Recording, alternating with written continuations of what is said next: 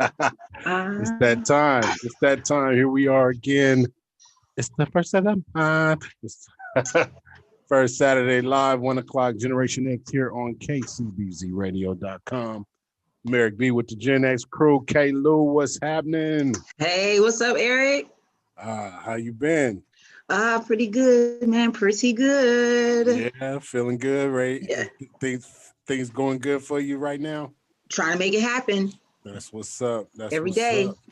My man Sap's in the building. Will Sap, what it do, brother? Why you sound like you on the radio or something? Hey, you know that you peep that timing, right? You know I was watching your audio stuff happening, and I'm like, watch, I'm gonna get to him right on time. He gonna be like, yeah, Right. smooth. But no, that ain't what he did. He came in with a sarcasm. But It wouldn't be right feeling, my man? It wouldn't be right. It just wouldn't be right. How you feeling? I'm good. You good? I was expecting you to just be ecstatic right now. You know what I'm saying? We happen to be coming on at a good time, and just everything popped off just in time for this. I'm the same. I'm cool. Lay back. What? That's what's up. That's what's Yeah. up. I'm the same. You the same? I'm just mad. My stuff isn't working right. In terms of your setup for this? Yeah, It took me a long time to get on because I couldn't. I've been resetting, I updated, but nothing is working right. You know what? That seems to be the thing right now. I've been seeing a lot of issues on all the different tech stuff that I've been dealing with. So it's just off, and it's frustrating because when you expect something to work a certain way, and it don't be, and it just throws it off. You know, I've come to realize when it comes to tech, I can never expect it to work. Like I go in with the intention that it's going to be an error, and then you should. And then I hope, then hopefully there isn't one. But I go in with the intention that there's going to be an error. What's that say? Laugh out loud. Eric is so amazing. I can't help but, maybe that's not what it said. Lord, I just want you to say thank you. That's right, dude. Aww. I can't read the rest of that. But you get the point. Yeah. Nice. I love it. Stays on the wall. That's what's up. Well, let's get into it, man. Today we're gonna talk about life and how things are right now. You know, we're not gonna pin it down. We're gonna talk about how we feeling about Biden. We're gonna talk about the results of some of the propositions that we talked about, and we're gonna enjoy some 80s music. So let's get into our first record. Celebration time. Woo. It's KCBZ Radio. What are you doing? Keep it locked. Generation X. Cool in the Gang celebration. You're listening to Generation X here on KCBRadio.com. Gen X crew in the building. I'm Eric B. Got my man Will Sap backsliding and laying down and like, ooh, it's uncontrollable. I don't even know what to do right now. Energy happening over there. We got K. Lou, got the nail polish going on, ready to get some joy. Like, yo. And it is what it is. So let's just start off with this. How are you feeling in this moment, knowing that they have called the election for our president-elect, Joe Biden? Elated. I think it's been a big. It's been a big show lately. You know, the last couple of years have been like, to me, our judicial system has been made a mockery of. And I think all over the world, we weren't really taken seriously as a country. So I think this is it's pretty magical. I think that's important that you just said, like, all over the world, we haven't been taken serious as a country. Like, that's good, too, to know that our country can be, like, taken serious again. Will Sapp, how you feeling? I'm all right. That's it? That's all you got for us? I've been waiting 4 years to have this conversation with you, brother. That's all you got for me? You know, I never pay attention to the surface. The surface is cool. So talk to me. I'm just hoping that everybody stays focused. Yeah. Because I don't want to fall into that Obama thing that we did. Ooh, right. Yay. Talk to me. Let's talk about it. What was the Obama thing that we did? Because we were in such turmoil with Bush. Mm-hmm. You forget Bush was a terrible president. Mm-hmm. We were losing 800,000 jobs a month. Racism was, $800,000 a month when Bush was in office. We were in 2 wars. Mm-hmm. We had companies like Lehman Brothers that had over 100 years of being in service gone. Mm-hmm. Mm-hmm. And so it was a relief.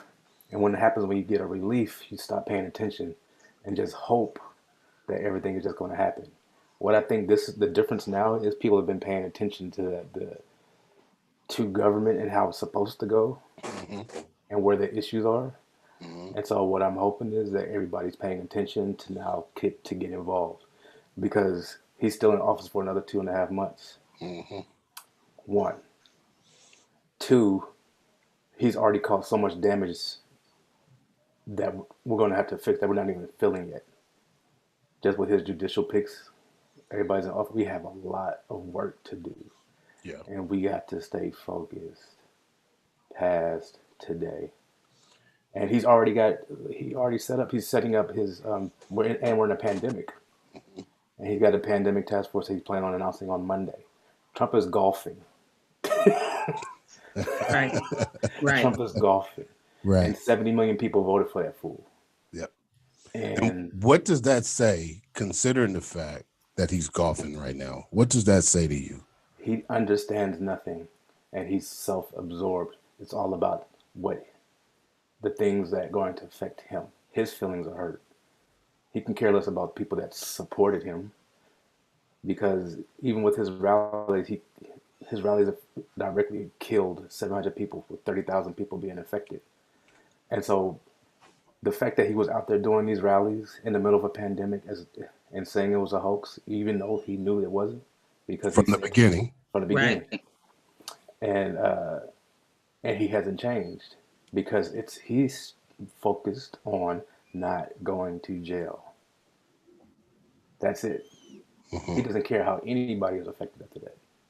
Mm-hmm. And so I think he's out there on the golf course trying to find his exit route. What country can I get to? Because he's going to jail on the 22nd of January. K-Lou, what's to say to you that President Trump is out golfing right now as Biden has just won the presidency? It reminds me of when President Bush knew that the 9/11 was happening, and he was in that schoolhouse with the children. Yeah, and he kind of just sat there with this bewildered look on his face. It was almost like he knew it was going to happen, but he knew the camera was on him, so he didn't really want to respond physically to it, because all these things are going on in his head. So it kind of reminds me of Trump right now. Like, he knows, and he's thinking about jail time. I've been talking about jail time for so long. I'm like, what happened to that? And I just think that mentally he's going through a lot right now. He knows that a lot of the things that he set in place are gonna jump off, and he doesn't really know what his next step is. So I think that's a way to kind of pull his thoughts together. But I mean, we just want him in jail. A lot of Americans just want to see him persecuted for his wrongdoings. He's going to jail. I think what we need to do is stop broadcasting him, because if we don't never show him on TV again, right, it won't rile up his supporters. Mm-hmm. It won't create that anxiety in them. Mm-hmm. And just slowly go through the back door, deactivate his key card, so he can't beep beep when he tries to get back into the White House, and slowly take him into jail. Mm-hmm. We don't need to know, because of out of sight, out of mind. If we don't see him on TV, and then we start getting better as things start improving, he's not going to be a thought. Two things with that. One of my thoughts behind him being out on the golf course during this time is the fact that not only is he thinking of an alternative route, but just also there's this part of him where when you're a bully and you feel like you're going to be able to get your way anyway, I feel that there's this part of him that really, the narcissist in him feels like when he goes through these different lawsuits, and as he approaches the Supreme Court over the decisions and all that, he's still thinking that he's actually going to win. Mm-hmm. He believes it. And I believe he believes that. And let him continue. Let him continue, because if you notice, everybody else has already pivoted. Mm-hmm. Everybody's So let him keep doing that. Yeah, I believe he did. And so there's this other part of me in the back where when I know somebody is, I think we need to be cautious also. Like, I love the fact that you're saying keep keep the pressure on, right? Because there's this other part of me that goes, when I see somebody not tripping about something that's definitely or apparently clearly the case, right? And they're just like, yeah, whatever. To me, there's something else going on behind the scenes, and we know our government always has something else going on behind the scenes. And so, although I believe we've pivoted, although I don't believe there's a way in terms of what we can see in which something would shift to where things would change and Trump would be president. But I also just keep that part in my mind to just go, let's make sure we really be diligent about making sure they're not able to pull the wool over our eyes like they did pull the wool over our eyes when Bush stole it. What was it? Almost 16 years ago. Yeah. Right. 2000. 20. Has it been 20 years now? 20 years ago. So just keeping that there. But the other thing is, I do agree with you, Will, that of course we got to make sure that we stop broadcasting them. And that was one of the reasons why he won. That was one of the reasons why his entire presidency, I didn't want to talk about him on the shows. Mm-hmm. You know what I'm saying? It was like whenever the conversation, it's like, man, he get 1 minute only because, and we're on KCBZ right now, so we can say this on the political station that we were on, because we're on that station and we got to make sure we do our jobs. Mm-hmm. He can get 1 minute. Yeah. You know what I'm saying? He right. get 1 minute because we got to make sure that we attack. We got to do it, but he get 1 minute. If it was up to me, he'd get no minute for that entire time because I didn't want any attention to be brought to him because I didn't want his supporters to hear. I didn't want to be included in his supporters hearing that nonsense. Here's the only issue with that is right-wing media has such a stranglehold on the country. 95% of news of radio stations are right-wing media. You're in some areas, if you drive from Northern California to Southern California, you're going to come across hundreds of right-wing stations compared to the quote-unquote liberal stations, which make up 3 to 6%. And so their messaging is strong because they have so much of it. And that has infected the base, the people that listen to that. And so I'm conflicted because I don't want to talk about them. But the idea has to be taught out because they will just throw stuff out there left and right that is wrong. I think it's good to bring truth. But I also believe that you can do it without talking about them. Yeah, you know what I'm saying? I believe we need to bring truth. We can bring like what's happening in the world. We can point out, these are the things that's happening. And, like I say, we give you your 1 minute to make sure we point all this nonsense to you. Right. But then also let's talk about building because those right-wing listeners aren't even listening anyway. Exactly. They're not. You know what I'm saying? Busy. So it's They're busy. And we're preaching to the choir for the most part. Exactly. Right. You know what I'm saying? So our listeners, let's talk about what our next moves are in my mind. And I think that's why it's important for corporate media to not pay attention to him because that's what's going to kill him. He needs attention. He's starving for the attention. Yeah. And so if the more and more he's going to get another show after he gets out. Of course. After he gets out. He thought he was going to lose to Hillary. And the plan was to create up a whole nother network. Yeah. And that, I don't even want to say the call letters, but that other network that they were creating was his plan with Steve Bannon. That was their plan to create that whole media network. They didn't know they were going to win. So when they won, it was like, oh, now we got to actually. now we got to do that. What? There was a picture that should have been our movie today, but it's not. But what was that movie when he accidentally won the presidency? But it was an accident, and he didn't plan on it. Not Distinguished Gentleman. No, because that's when congressman. He was running for Congress, and he was running off the name, but there was it'll come to me. Can't think of it, but anyway, this cat. Now, so here we go. Next steps. We we'll be talking about this, quite a bit. Because I think we have to do our due diligence in making sure that we are we're promoting keep the knee on the neck. You get what I'm saying? And so even though we're going to continue to do what we do, we got to make sure that we integrate this this motion. And any platform that we have, that we're blessed to have and have our voice on, we should be making sure that we're pushing the envelope, right? And so if you were to say the top 3 things that you think that we should be focused on first, what should we be pressing Biden to do first? Because it's going to be a whole lot to get some things back in order. But I'm gonna play a record, so I want to give you a chance to think on it when we come back. When we come back, we're gonna talk. You say you don't want to hear no music on Gen X. Yeah, that don't even make no sense. That don't even make no sense. How you sound, Thelma? You know what I'm saying? I don't hear no music on Generation X. Right. All right, but we're gonna get into this record, and when we come back, we'll talk about that. Where do you think we need to move first? Michael Jackson, you know what time it is. Jam is Generation X on KCBZRadio.com. You got it live to KCBZRadio.com. It's Generation X. That was Michael Jackson with Jam, here with Will Sapp and K. Lou. Yo. So, yeah, before we went to break, I asked you to think about a question in terms of what you would like to see happen. What would be the top 3 things that you would like to, do you think we should be pressing for Biden to do? I won't even put a stipulation on for. I'll just for anybody. Just what would be the top 3 things you would like to see happen that you feel pressure should be put on our new administration? Keisha? I think that one of the things that Trump enacted that I appreciated was he rallied for these businesses to bring their jobs back to our country.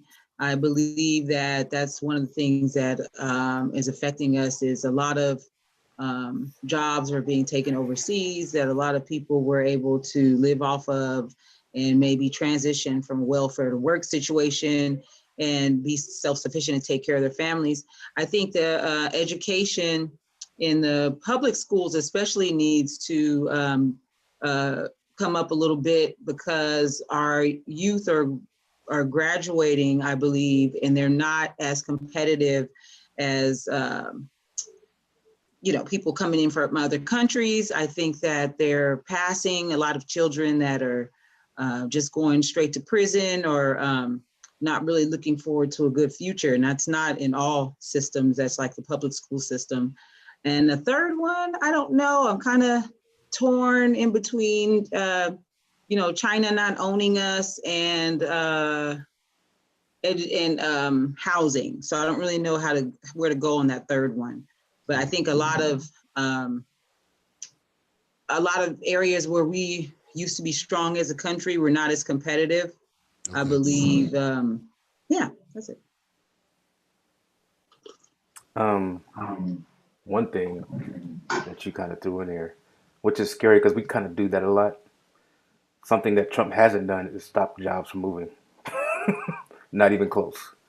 He's actually ushered, because the tariffs that were in place are not there anymore. So these jobs are freely allowed to go over with no penalty, mind you. The tariff is a penalty for moving your stuff. And so he hasn't in place or enacted anything.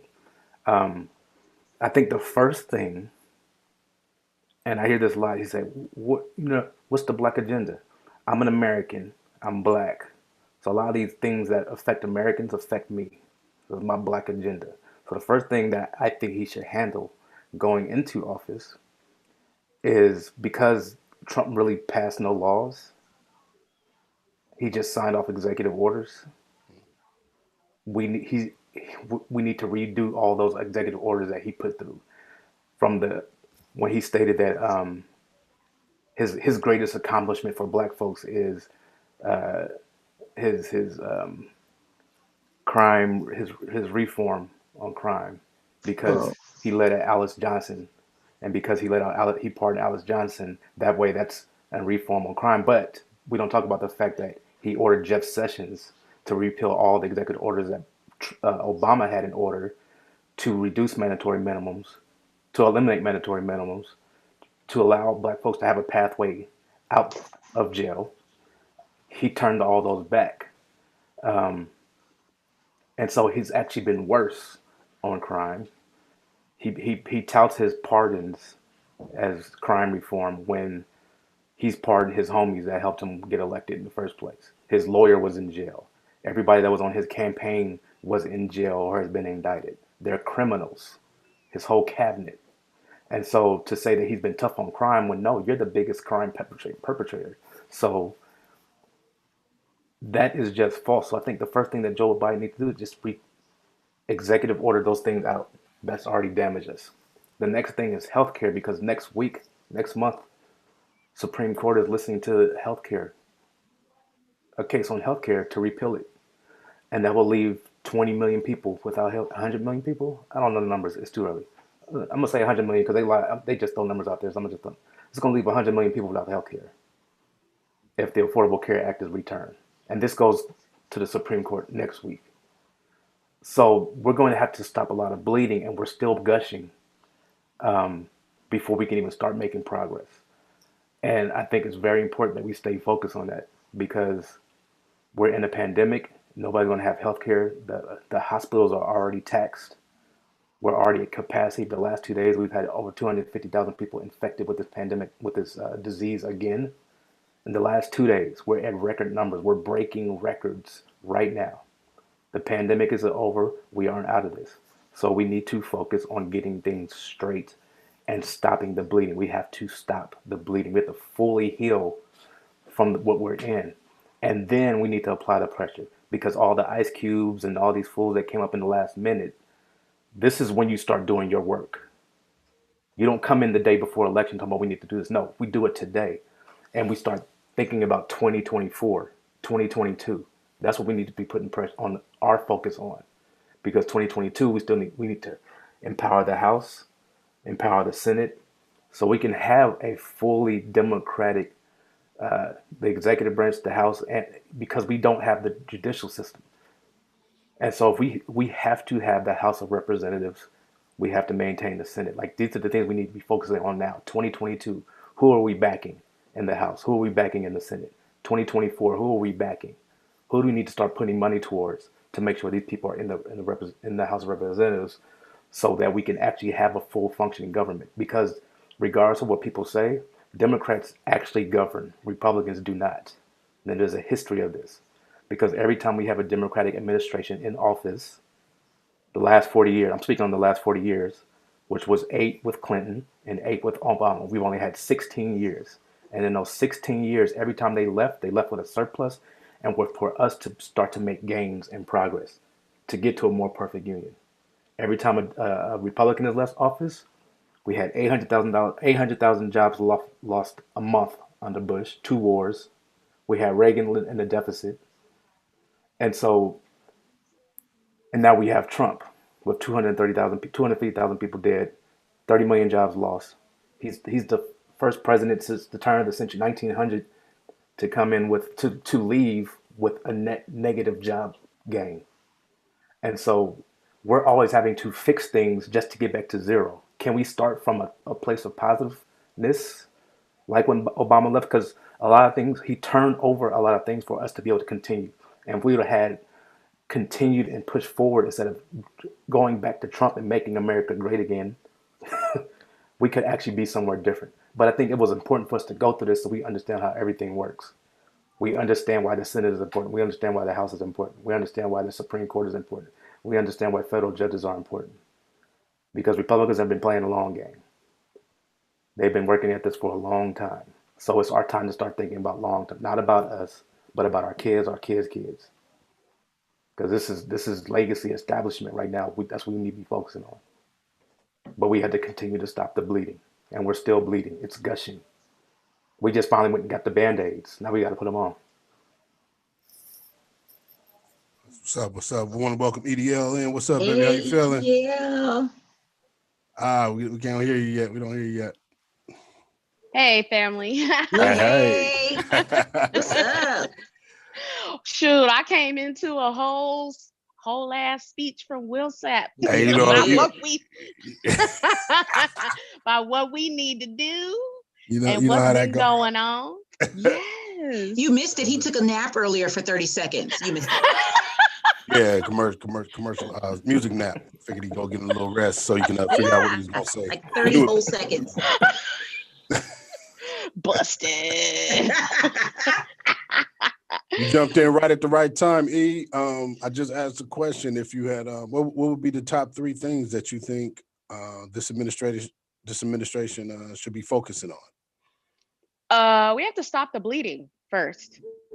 Get us back into the Paris Climate Accord, please, and please work on doing something with Iran, because I don't think people understand how close we were to getting into another war. We are already in Afghanistan and doing other crazy stuff. So I think that they need to focus a little on repairing what has been damaged already. But in the future, I can't really say what I want from these people because they haven't offered us anything. They've offered us nothing. Now, I can be specific about, communities and stuff like that, but on a broad scale, as far as the country's concerned, I really don't give a damn about 70 million people right now because they voted for the wrong person. Mm-hmm. And I need to get over that. I need to really get over that. I'm glad that people are celebrating today, but I know in my bones that the work is just starting.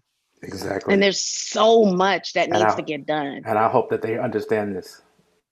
They're going to find out, because check this out. I woke up to my friend posting up something on IG about that, white supremacist groups going around trying to sacrifice Black men and hang them up and string them up and stuff, saying that the NAACP is the one that sent out the warning. NAACP was like, no, we did not do this. We didn't send a warning. This is false. So they debunked the claim. But at the same time, I'm looking at local news, and there's a Black-owned business in Tiburon that was threatened by some crazy teenagers online. You know what I mean? It's like... But they also had support from their community, too. The community came out and supported them. In Tiburon, which is good. Exactly. Just like you said about, we needed to see all of this stuff that Trump's presidency brought out about our country. We need to see that kind of stuff locally too. They've been, with this election, they've been hyping civil wars happening, all the negative this, all the negative that. We were all wrapped up in Trump's, little drama, his little reality TV show drama.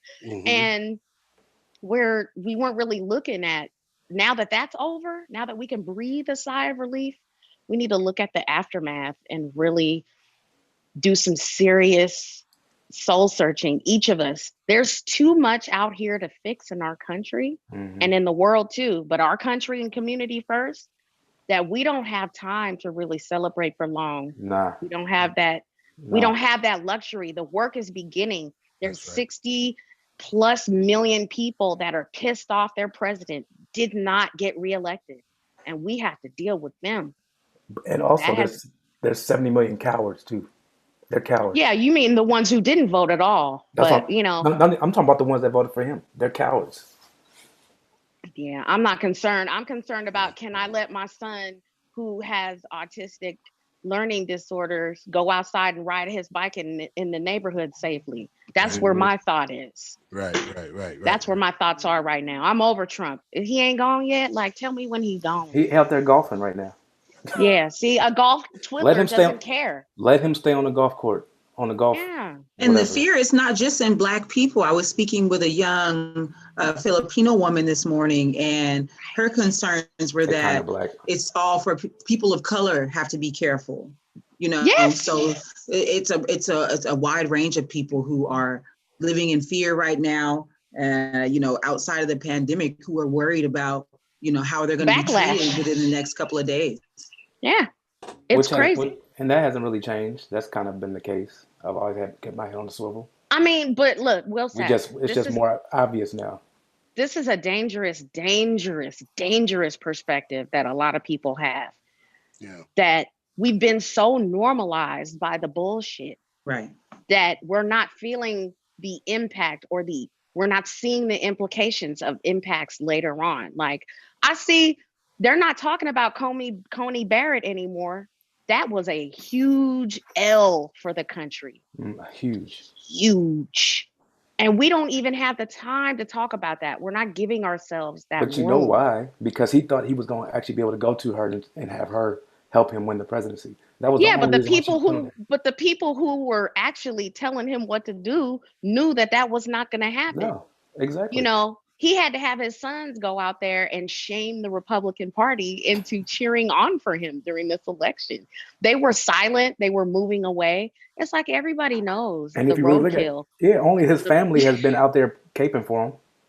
There's been nobody else. It's only been his family. Yeah. Oh, and Lindsay. And Miss Lindsay. Yeah. But to really touch on what Lakeisha said, like, people are very aware that just because we got the despot out, it's still not safe here. It's for us. None of those things were resolved when he lost the election. The work starts now.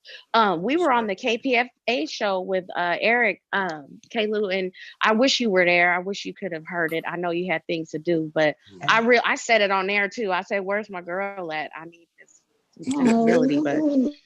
But you know, Kels was talking about how rural America, particularly white America, felt like their voices were never heard because, you know, their situation is really dire. Like, there are places in America that have no electricity. Right. It's crazy in America, you know. So it kind of sounded like she was sticking up for them, but by the end of the show, I realized that she was saying that we need to, if we're going to have unity and fix these problems, we need to understand everybody's situation and plight.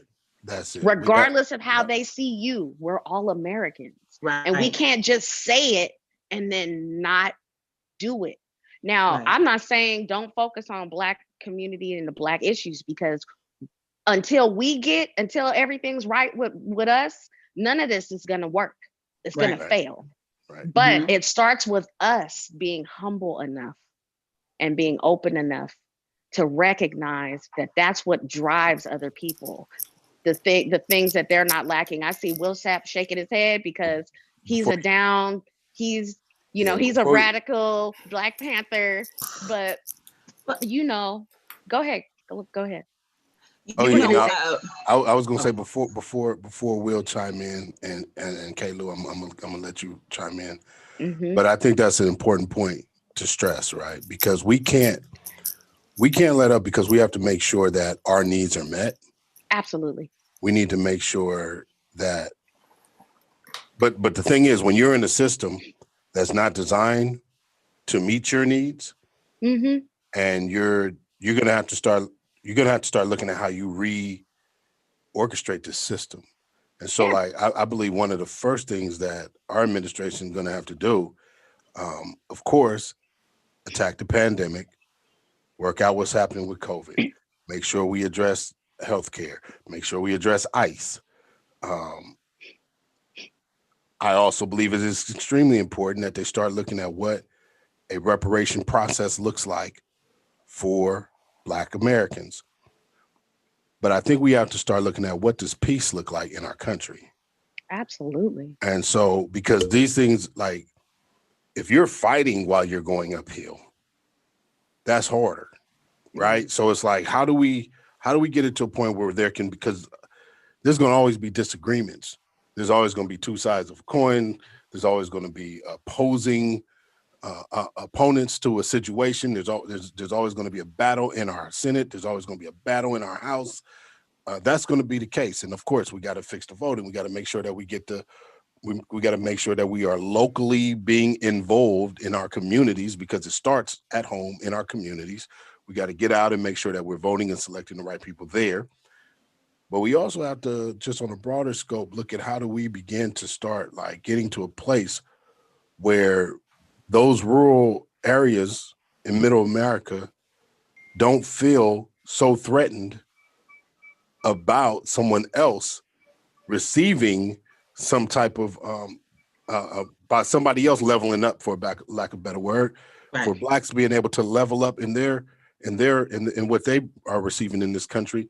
Those people need to be able to be okay because their needs are being met as well, right? And so if I'm hungry and I see you complaining about being hungry, and then they start feeding you, now I'm going to be even madder. I'm already mad because I don't want you to eat and I'm hungry.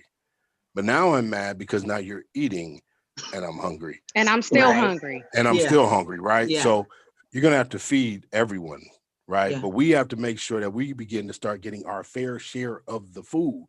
That's the problem, is we're not getting our fair share. And so even when we look at people of color and minority and all these different terms that we use, we're not getting our fair share of that, because people of color is everyone that's not white. Right. And the Native Americans are getting their reparations. Right. They put casinos up like 90 going north. Right. So we need to, and it's not ideal for them, but they're getting something. Yeah, we need to make sure that there are things that says this is for Black Americans, African Americans specifically. It's never going to be right. It's never going to be right until they fix that, because that was not only is a generational wrong that needs to be righted. That's right. Our ancestors are screaming for a reckoning right now. It's for real. They can't skip over this. We can't allow Kamala to skip over it. Nah. We can't let Ice Cube speak for us either. But you know, but we need to give him a book though. You know what? I will say this though. Here's the thing: we don't necessarily need to have Cube speaking for us, but I think we need to have that mentality in our communities. I'm glad that he did what he did. I think he sparked a combo. Exactly, and it's not something that we haven't been. Here's my thing: if I have one person over here that has all the brains and all the intelligence and knows everything, they have all the knowledge and they have all the skills to be able to say the things the right way and do the things the right way. And then I have somebody over here that just has passion and says, you know what, and they walk in, they bust in the door and they lay something down. I'm going to give my respect to the person that busted in the door and laid something down, even though they may not have worded it right. Maybe it wasn't the right timing. Maybe there's a lot of things that could be wrong. But my thing is, there's this other side over here that hasn't busted in the door. They steadily just bumping their gums. Paperwork. You know. I mean, and sometimes you got to walk in the door and just say, you know what, we're not taking it no more. The same way we protest, the same way we step out into. And then it's like, okay, now the conversation. My problem with the situation is that we slander our brother for speaking up versus, you know what, he right. Now let's get this. Let's get some things in check. Some of the things that probably took you know what I'm saying. Go ahead. When you look at contract with Black America, it's bullet points. It's not. It's the best plan. We can all agree with that. It's not the best plan. Yeah, you can go crazy all you want. Will Sapp's throwing his hands crazy all morning. About to let him go.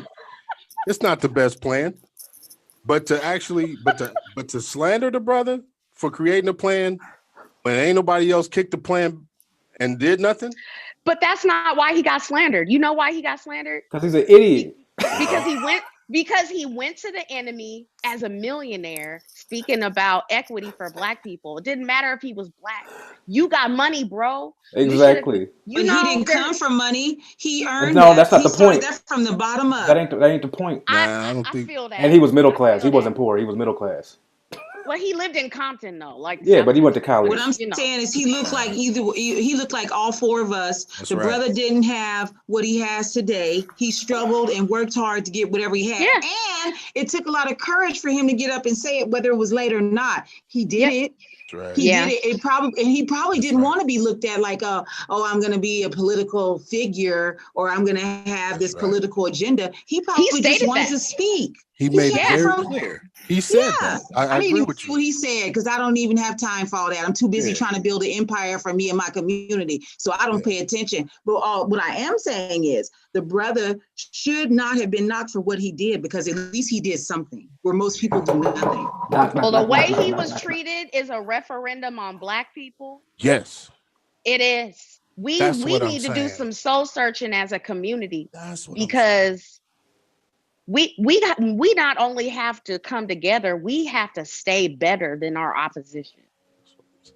We just have to be better. The Willie Lynch letters were meant to tear us apart like this and have us divided and have us want to kill each other and take the men out of the home so the women don't know what to do, and then the women don't respect the men because the men don't know how to respect themselves, and the fathers were taken out of the home so they couldn't show the men how to be men. All these things have happened. So now we have to reverse them and start to heal before we can even come to a platform and do what we want to do. There's so many things that are going on in our society. Our minds are somewhere else. You know, we can say a lot of stuff sounds good, but are you going to get down there and do the marching and do the rallying? Are you going to the city council meetings? Are you going to go speak to the mayor's office? Nobody wants to do that because we're so busy. We feel like, oh, it's not my job, and I'll just sit back and let someone else handle it. But really, it is our job. We're all responsible.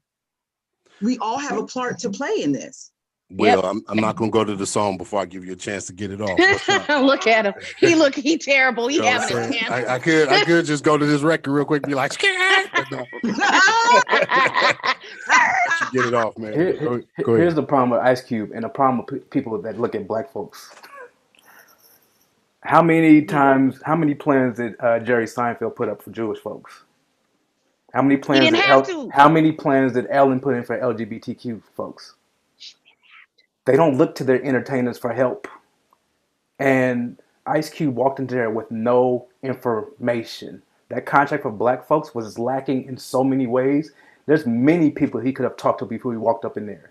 And Cedric, that's my point. And Cedric, Biden's vice campaign manager, spoke with him and said, look at our plan. Our plan is way more comprehensive than what you have. Why don't you join us in on this call with other entertainers? Let's talk about it. And Ice Cube said, no. I want a one-on-one call. That's not working through the problem. That's having an ego that's getting in your way. No. How much money did he get? No, how much money did he get for PPP? $3.6 million for his big three business. That ain't helping working Black folks. That helped his business. He could have came out of pocket and made sure that his business was cool. And so when your lawyer is friends with Jared Kushner and you're trying to get a meeting with Jared Kushner to help your big three business, don't cape it with, my contract for Black Americans said this is what I'm trying to do for Black folks when you don't include women in your plan. Come on, son. You ain't got no women in your plan. It's 3 pages. And you compare what's already out there that the Biden administration was even pushing, the Lift Every Voice Act. Did he even read that? Because the stuff that he was asking for was way less than what was already in this plan. $500 billion? $500 billion. And that $500 billion was for Black folks. It was for government contracts. Anybody could get that. And so that was the part he did not understand what he was walking into. And his ego got in the way and he was affected because he doubled down. I'm trying to do this for Black folks. I'm like, no, you're not. Pay attention to what you're doing. Because Trump played you. He never met with Trump. Exactly. He didn't meet with nobody. But Trump used it to make it seem like he did. And here's the part. If Cube tells you he did not meet with Trump, if Cube tells you he's not, this is where my issue was. The fact that that we continue to look at this man and say, he's standing for Trump. And we see these memes going out with Trump and blended in with the Cube face. And we start saying this brother's doing this and supporting the administration. Yeah, okay. We can look at it. We might be in the wrong time. But I don't think it was, personally. My point, I do. I get it. Because Black people didn't hate Black people so much. No, my point is his ego let him believe that he can go in there and fix it. That's my problem. And people tried to tell him before he walked in there and did that. And he didn't listen. Because he said, I talked to the Biden campaign. Because he's a black man from America. Why should he have to listen? We've been listening all this time. They still killing us. They're not educating our kids. What are we listening to them for? Why are we listening to him? We listen to him because we're not saying listening to him. My issue is not saying why we listening to him or should Ice Cube be speaking for us. That's not what I'm saying. What I'm saying is we started to knock a man who was speaking. Right. No, but it's not a matter of him speaking but he was not speaking any truth to any power. And there's at the same time, read the room. Exactly. I'm with Will on that one. You got to read the room, brother. Have to read the room. He's a black man in America that nobody respects anyway, no matter how much money he has. Because he's having negative effect. He has too much of a platform. He's having a more negative effect than killing black men on TV. He's more negative than that. Yes, because if he gets in the way, if he gets listen. Okay, I got a father. I was raised by a black man. I don't agree. Now that's good. Drama on the show. Yay! Come on back here, I do that everywhere I go. I'm just playing. I know I'm just joking. We'll come back. Come back. Let's bust the move and get to we're going to a little bit lighter bit. We'll come back with Generation X once we get my man Will Sapp back in here. Holla back, Will. Holla back. Keep it locked. You know what? Oh, all those points were really good. I think we got a point. You know what I'm saying? Like I think all the points are valid. Yeah. We got to listen to each other more. I believe that Q should have gone in with a little more preparation, but I'm so glad he did something. Because now we're talking about it. Yeah. And I'm not going to knock a brother for trying to help his people. I don't care how rich he is. I only brought up his money status in order to illustrate that his perspective might have been a little bit influenced by that. You know, Black people who are millionaires are guilty. I mean, how could they not feel guilty about being rich, even if they worked for it, when there's so many of their own people that are still struggling? So I get it. Yeah. I understand his motivation for going there. I do. Yeah, he wanted to make a difference. And then you got these cats that's putting it back too. You know what I'm saying? Like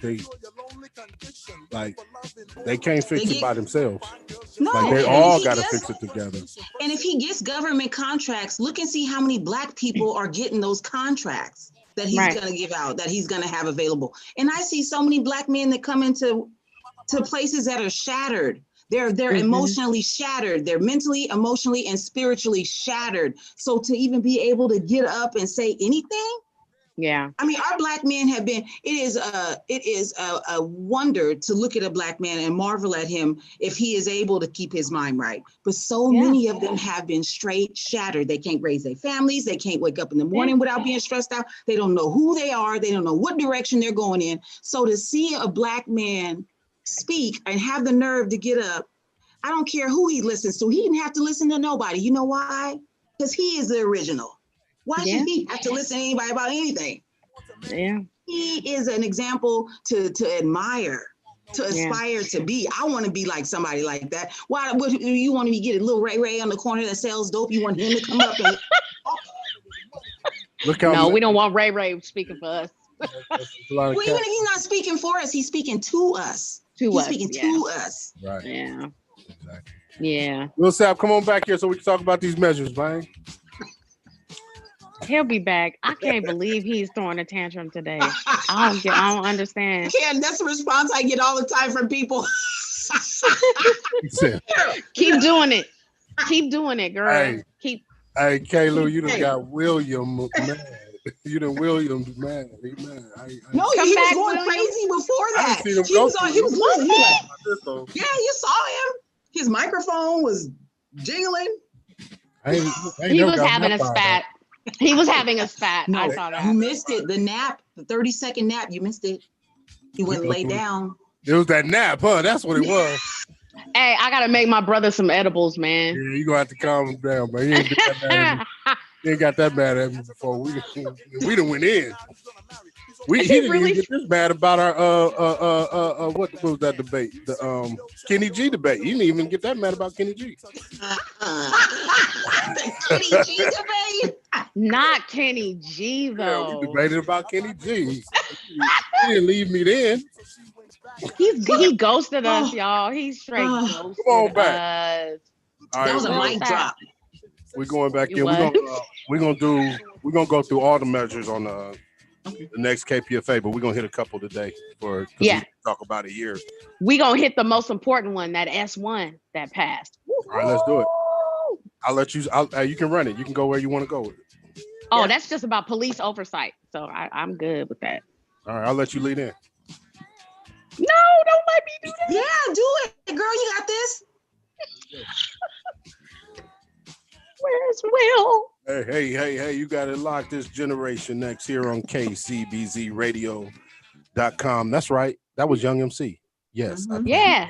Young MC. Bust a move right here. Classic. Generation X. Shall improve.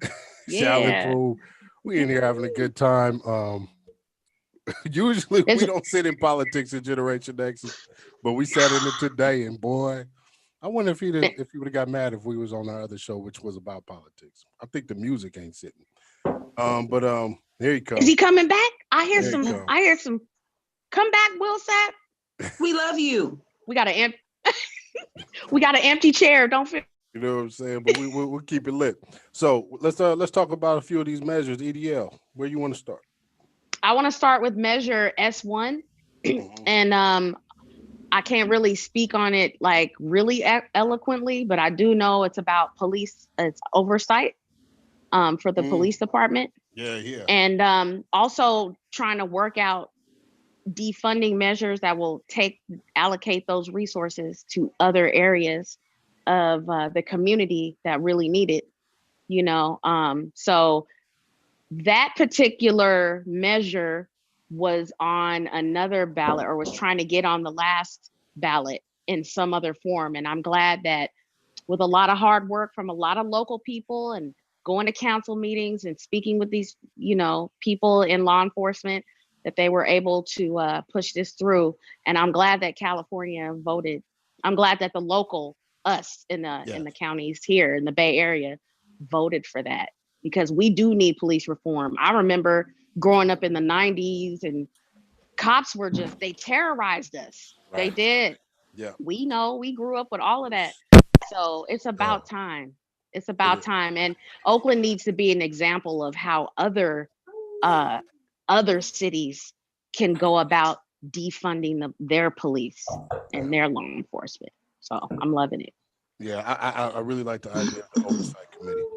Mm-hmm. And, the police can't police themselves. It's clear. Right. They cannot. You can't. So I'm glad Oakland stood up for that and made sure we busted a move in that direction. Heck yeah. One of the things. Back. Come on back over here. Stop sitting over there. Stop pouting. Back. Look at him. Stop pouting on air live. But anyway. Is he opening chips? I'm telling. You ain't got it. We live. We actually streaming live right now. He told him on himself. See. He put himself in timeout because he know he ain't right now. One of the ones that did not go over was actually 16, Prop 16, affirmative action. And I'm just gonna say why. Because California is racist. Thank you very much. Yeah, they didn't like it when it was here before. So they said, we'll never let it happen again. Right. Well, Prop 16 was about using affirmative action in the right way, not the way they've been using it to marginalize people and jobs and fill quotas. Mm-hmm. See, this was a kind of an amendment to that. It was to repeal 209. Right. Yeah, and they were like, nah, no. Right. Yeah, I was not happy that went across, but like you said, that shows the status. And here's the thing: we recognize sometimes we can sit around and look at California as, they're blue, and it's a very liberal state, but that does not mean that racism is not here in a very major way, and that's across the boards. Of course, you can feel it in the South in a different way, but here you feel it on these undercurrents. Yeah. And things like this where, we're smiling, what was that? The OJs smiling in your face. Smiling in your face. Yeah. You know what I'm saying? And we get you from the back. They, lack of better words, they'll rub your balls here while they stab you in the back. Whereas when you go down in the South, they just go ahead and step on your toe while you stab you in your back. You know why though? Because the legacy of the South is what it is. It's Civil War, Confederate flag, all that stuff. You come out here to California, you have all the liberals. Yeah, we're a blue state, but there are a bunch of racist liberals too. Yeah. You know what I mean? Like, so to me, when these measures and these propositions don't get passed, this is showing us. That shows you something. It's showing us something very important, and we all need to pay attention. And I feel like people started paying attention during Obama's presidency, but they really were paying attention during Trump's. So now that we know, that needs to go back on the next ballot for 2022. That needs to go right back on it. We're going to come with it again, call it something else and make it better. And here you go. What needs to happen? Will, as you sip your Kool-Aid and chilling in the shade, Prop 22 is one that you spoke on passionately as far as the app-based drivers. And that one ended up going yes. And it was crazy because as I was speaking with individuals, I was hearing a lot of people saying yes. And I was like, oh, well, I thought that wasn't going to be in the best interest. And so I'm looking at it being passed as yes, but then something else came to my mind about this, but I want to ask Will about Prop 22 passing. How'd you feel about that? Well, I knew it was going to pass because people are stupid. And that proposition had the most money in ad campaigns behind it. Yes. Ridiculous. They were blowing $200 million. $200 million spent by Lyft and Uber. Yeah. So what's their best interest? Exactly. What people didn't understand, and I'm in these on Facebook. I'm in the groups because I do DoorDash and I do Lyft. I've done Lyft, and so I've been in those groups because they kind of help you navigate when you first starting. And they was all against it. I mean, they was all for it, and I would. They were all for it. The groups were all for it because this is their number one thing they would say. That's what I was hearing. I just want to know the they were for it. I was talking to because they were like they want that. I want to keep my freedom. I'm an independent worker. I'm like, you idiot. You're not an independent contractor because you can pick the time that you want to work. Because one, it's not your platform. Two, you are beholden to their laws and rules and regulations. Three, you can't determine how much you want to make. Yes, you can make money and keep making money, keep driving till you're tired, but you're working 80 hours and there's only 100 hours in a 5-day week. And so out of those 100 hours in a 5-day week, you're spending 8 hours driving to get $2,000. And you're like, this is great because I can just work when I want to. The problem is when you can't work. Because when you can't work, you're not protected. Because there's you no can't cushion. Get unemployment. Nope. You can't tap into anything government because Lyft said, I'm not paying anything into the government to protect you. And you're okay with that. Right. Because I can drive at 3 o'clock and not have to get up at 8 o'clock in the morning. Right. Idiots. This is a stupid country. And the law was written to manipulate and confuse those. And they put ads in the app. They put ads in the paper. They put ads on TV. $200 million. And at the end of the day, when I don't know anything, I look at who's paying for something. Who's pushing it. And if Lyft and DoorDash, because they have it in big lettering, Lyft paid for by Lyft, DoorDash, Uber. and Uber. Yeah. So if they're paying for this, I need to pay attention. Why? Because they're not going to pay for something to benefit me. There's no overhead. They have no overhead. All that money that's coming in for those drivers, there's a split. But they don't have to pay for cars. They don't have to pay employees. They don't have to pay you. They're not paying you. They're not giving you no benefits. They don't have to make sure your car is good. That's right. They don't have to make sure you get a break. They don't have to make sure nothing. Nope. And they limit the amount of hours you can drive in a week. Yep. You can't even decide how many you want to drive. They limit your time. Yep. And so when people say, I want to keep my independence, you're not an independent contractor. An independent contractor is somebody goes, I'm about to start this car business. I'm setting my prices at $15 per car, and I'm going to select who I want to come in. That's when you're independent. This is another thing too, Will. I didn't know this part until yesterday, but Uber actually threatened to leave if it Uber and Lyft. Right. It was going to leave to Cali, huh? Yeah. they were going to leave California. Yeah, I read that. I would have called their bluff. I knew that when AB 5 passed, because it's law now. AB 5 passed, and they said they threatened to leave. It was an empty threat because you about to take away billions of dollars because you got to make sure your workers are cool. Yeah. And the thing is with this whole proposition, it was an exemption for the app-based companies to not have to treat their workers as employees. That's right. And it set a precedent. It set a precedent too.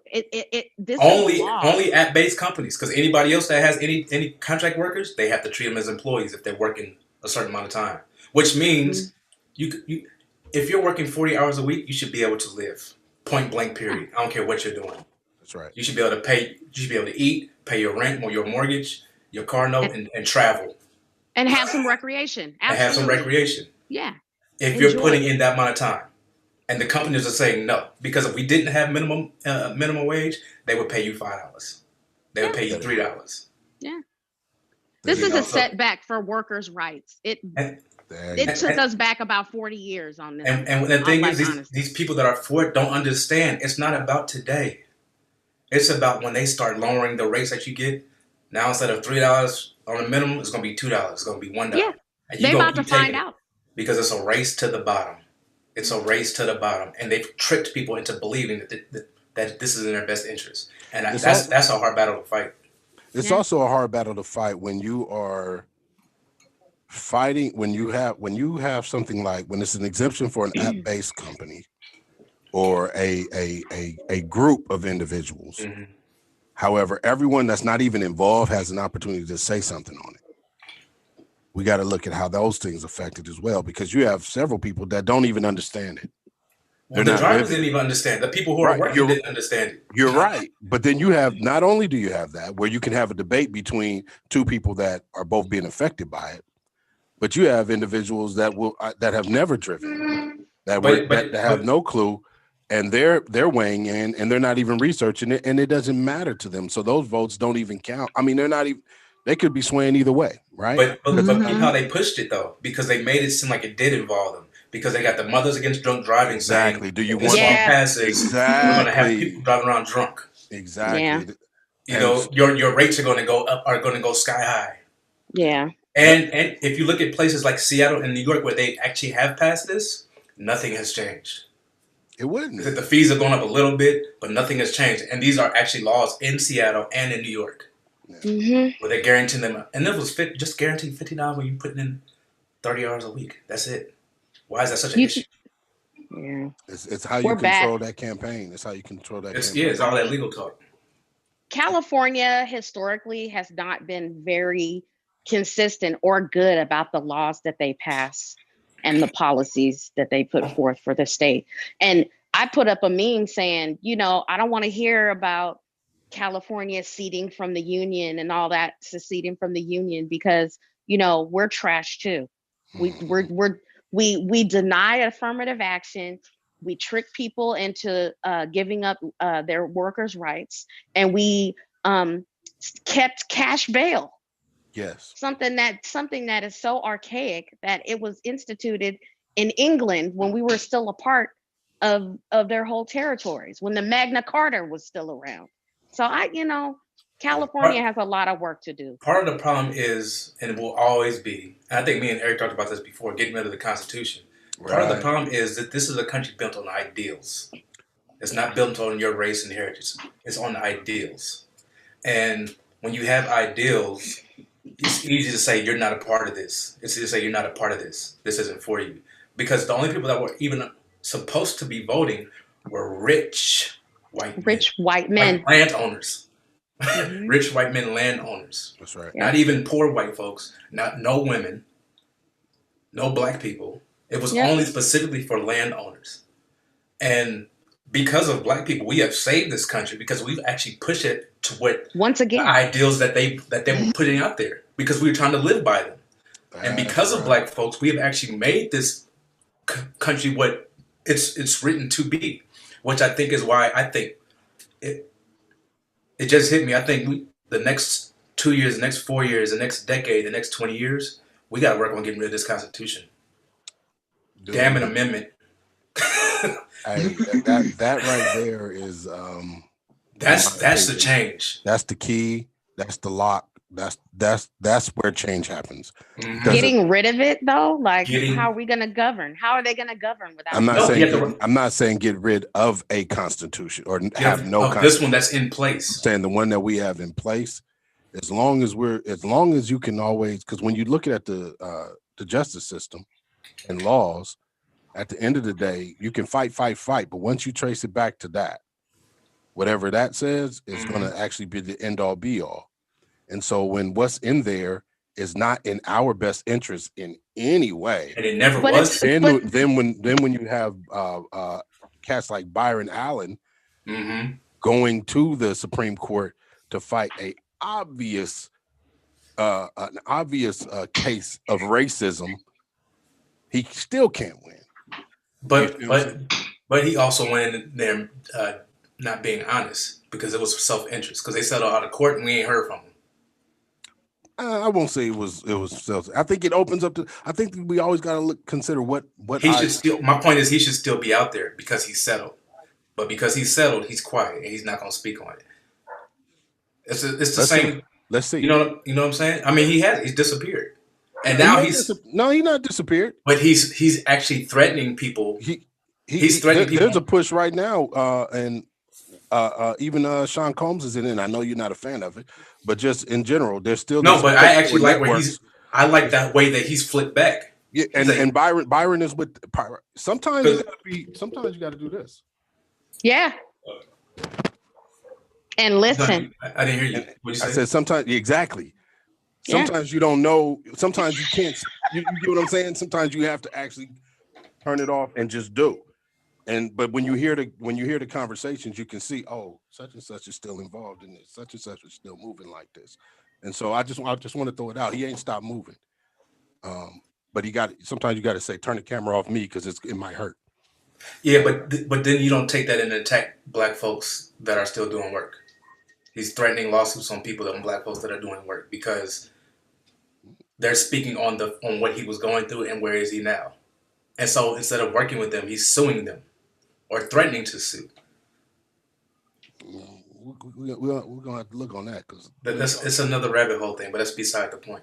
Yeah, my point remains is like we have to. Just the fact we do got to work on this. We got to look at this Constitution in a different way. So I want to say something about the Constitution. Yeah. I want to say something about the Constitution. Sure. The founding fathers wrote that thing with a lot of reservations. And yes, they were talking about their own or whatever, but let's just be real. At that time, white men was running everything. Women weren't doing anything. Nobody else was doing anything. And they wrote this Constitution loosely. On purpose. For a purpose. And it's not the Constitution itself that is the problem. It is the people who have been allowed to interpret it to their best interests. Just like the South did. When the Democrats in the South, with all the land and all that stuff, lost the Civil War, were poor as hell, everything was going bad for them. They went to their people in the legislature and they said, we need laws that support this and this and that, because we're losing money and we need to survive. And so they came up with stupid laws that suppressed slaves that were supposed to be freed. And that's how we went through hell through the Reconstruction period. There were Black senators and Black people in the government running the South. And the white people that lost everything couldn't take it. So they got their other cronies to come up with legislation that would suppress Black people and their growth, freed slaves.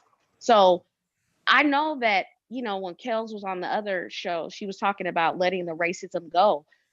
A lot of these laws were built misinterpreting the Constitution with the racist structure as a part of it. And if we can't look at that and be honest about that, then any type of progress that we make it's always going to be a backlash, just like we're fearing a backlash to Trump now.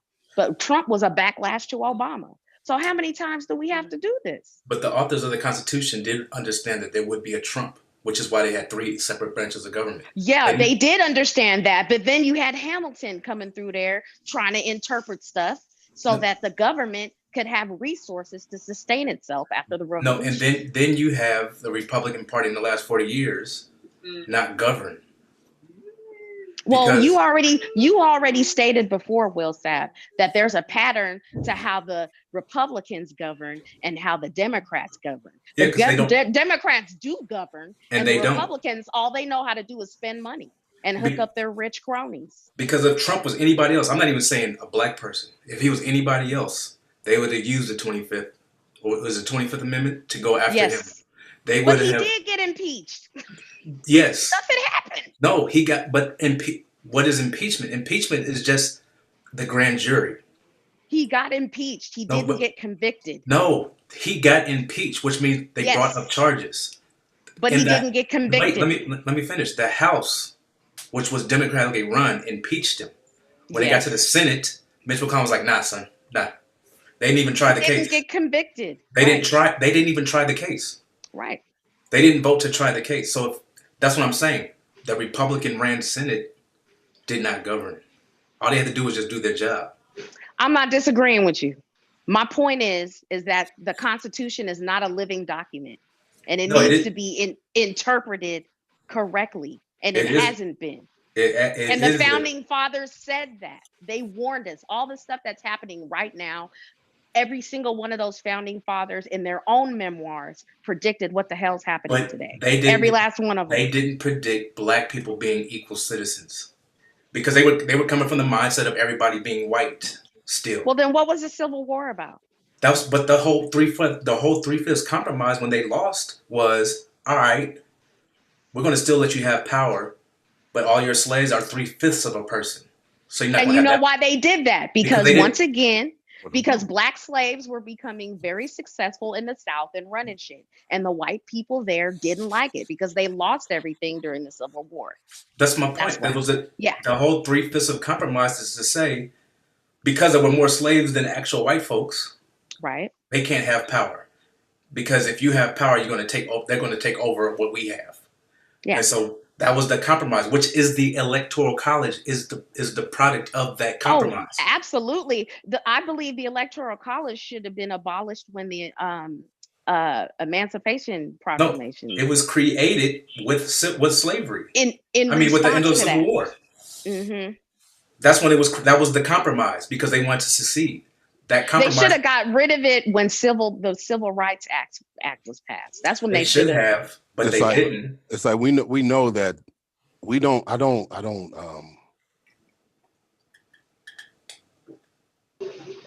dispel the idea that there was good intention inside of writing it, and the thoughts and how they want it. Because we do need a constitution to govern. Yeah, you do. My concern is the fact that right now, if I was to continue to tell everyone that,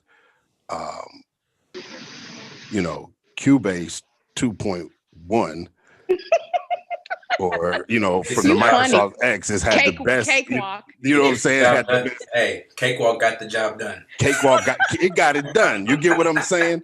And it worked. You know what I'm saying? And I'm like, you know what? This is the framework. This is the and this was actually what we were talking about. This was similar to the analogy. I use a different one, but similar to the analogy when we talked about the Constitution was that framework is not the framework of today.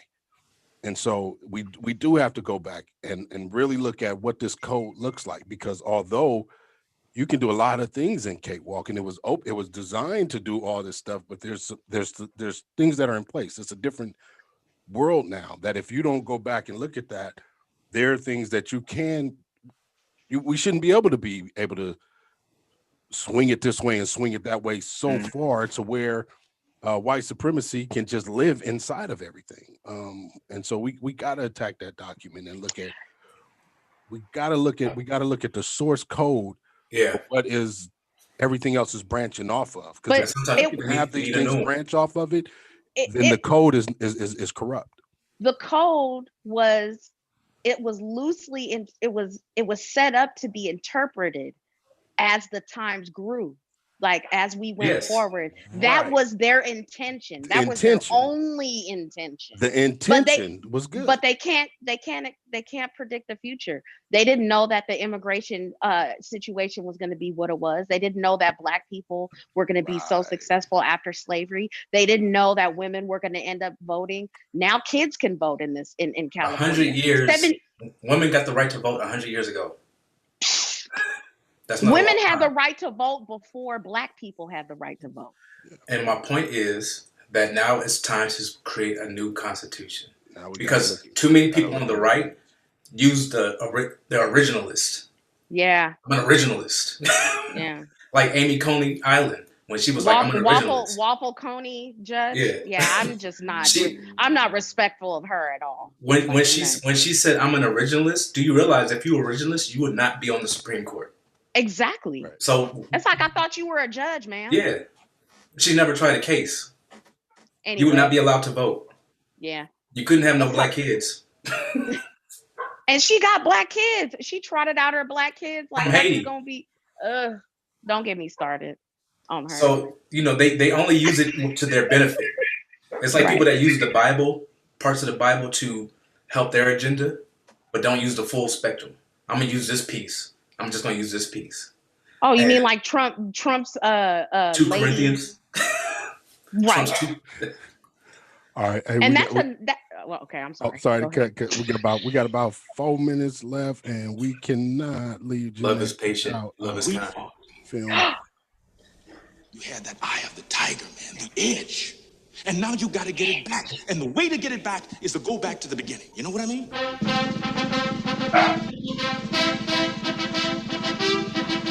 United Artists and Chardoff Winkler proudly present Rocky III. The worst thing happened to you that could happen to any fighter. You got civilized. Get out of here with you! The truth is we both started out on the same corner, and I got lucky with my life, and it's driving you nuts. Philadelphia salutes its favorite son, Rocky Balboa. Hey, why don't you tell all these nice folks why you've been ducking me? This guy is a wrecking machine. You know, you got a big mouth. Why don't you come out and close it, Balboa? Come on. I want to fight this guy. You fight him without me. Balboa was a fine champion, but his time has passed. See that look in their eyes, Rock? Gotta get that look back, Rock. Eye of the tiger, come on. I will destroy any man who tries to take what I got. I'm gonna torture him. I'm gonna crucify him real bad. For the first time in my life, I'm afraid. Damn, Ron, come on! There's nothing wrong with being afraid. You thought I was tough? This jump will kill you. You wake up after a few years thinking you're a winner, but you're not. There is no tomorrow. You're really a loser. Well, I don't believe it. There is no tomorrow.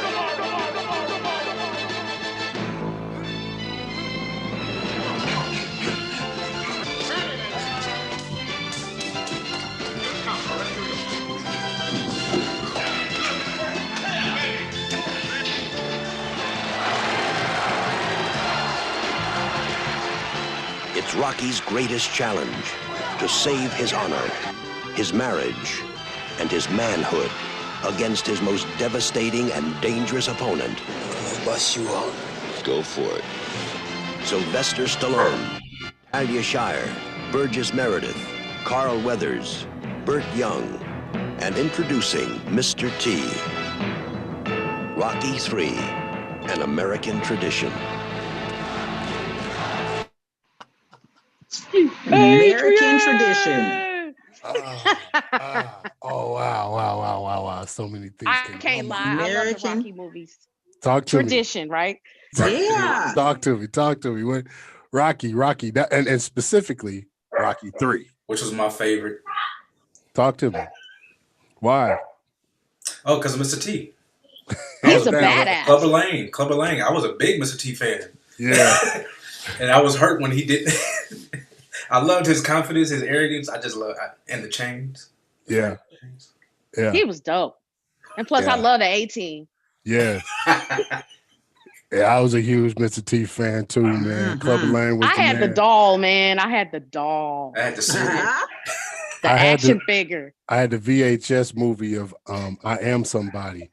Right. Do you remember that? I somebody. Mr. T, yes. He was about that. K-Lou. I thought it was interesting because you were just talking about the fact that the poor who aren't eating would be mad if you're poor, but you are eating, right? And so I think we just kind of saw a little bit of that dynamic in that clip. Yeah. And would they say it was an American classic? Yeah. Is that how they put it? Yeah. I mean, American tradition. It's American debatable, tradition. huh? I don't know how you do that, Eric. You find the movie that goes right along with what we're talking about, and like all the key points. It's amazing. Hey. It's a skill. But that shows you where people's mindsets were at the time. Mm-hmm. Yep. Yeah, I am a huge Rocky fan. I love the entire Rocky series. Even the last one. Even the last one.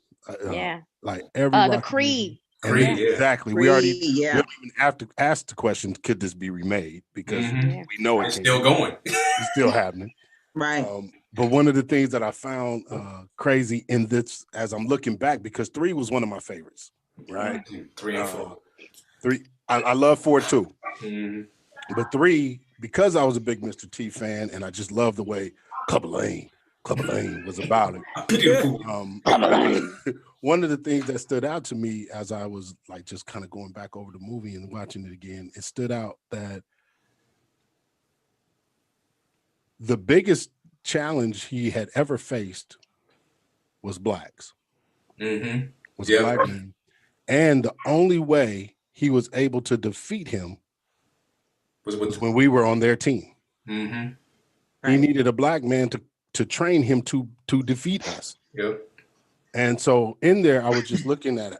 And as we look at like a brother of mine texted out something today earlier. And he was speaking about us keeping the knee on the neck. And he said that anything we strive for, we can push through it. Anything that we do, they fear us because they know we can push through and take it at the end of the day if we choose to. And so I just see that as it was a powerful statement for me to wake up to and see him say that, because it is something that we have to remember, is that we have the power, the intelligence, the brilliance, the gifts to actually move this needle in a way that can be positive for us as a people. And so they can't defeat us unless we are helping them defeat us. That's right. Right. Yeah. And so we have to be on our side.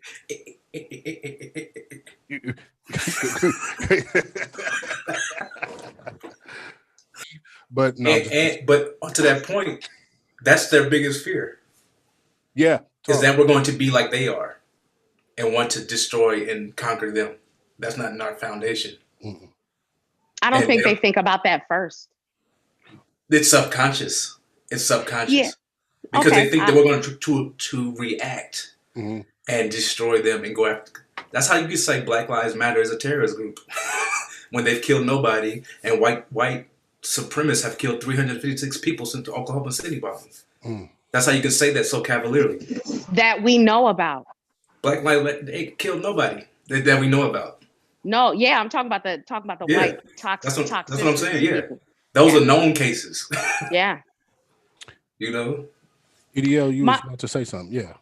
My thing about the Rocky movies that got me the most, particularly Rocky 3, was that Rocky fought Clubber Lang in that movie twice.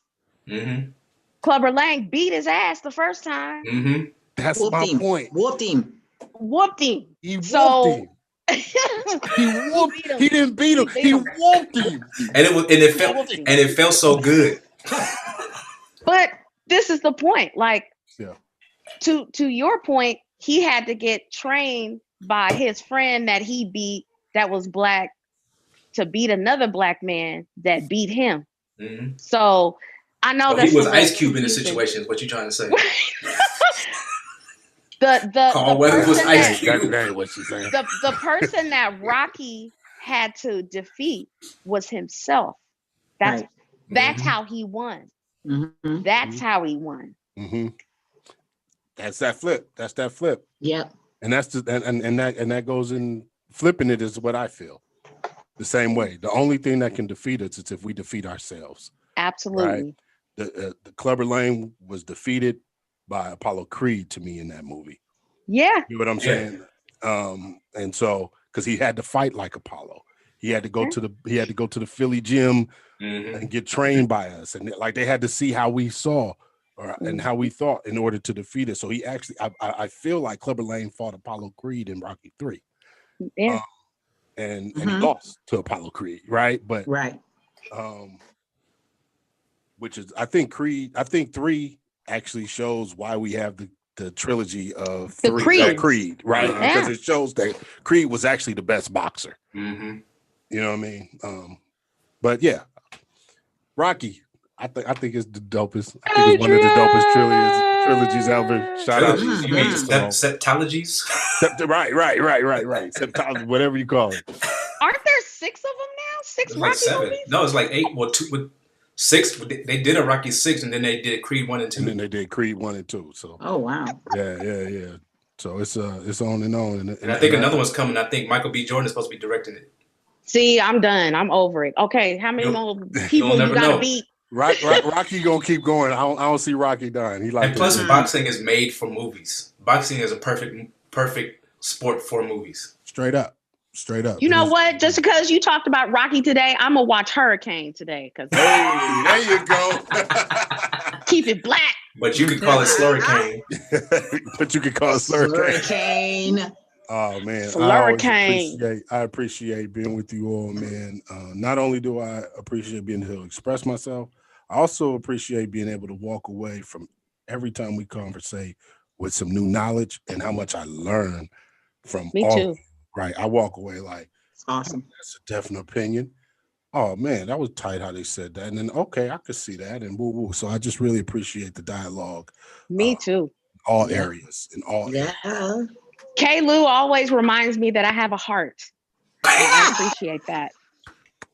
I appreciate that so much. That's sometimes as a Black women, we have to be heartless. And sometimes it's like, you know what? But then we go back and we think about it, but on the surface, we be like, hey man, I'm not trying to hear none of that shit. And then but really, that's the facade and the protection that we've put around ourselves. So I appreciate you too, Edie.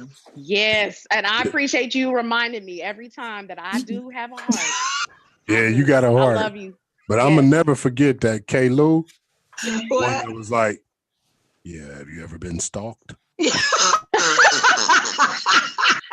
ever had somebody wait outside of your house? You know what I'm saying? Like, yeah, okay. Yes. You ever seen a dead body? You know? Oh, Mr. Tiki. All right. Edie, will K. Lou, any last words?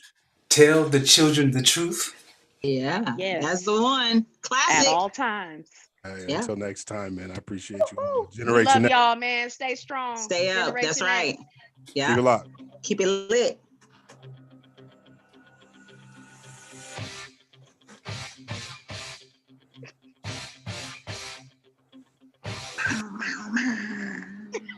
No, you didn't play Eye the Tiger. I'm so sick of you. Love it.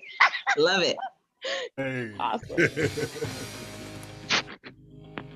Rising up.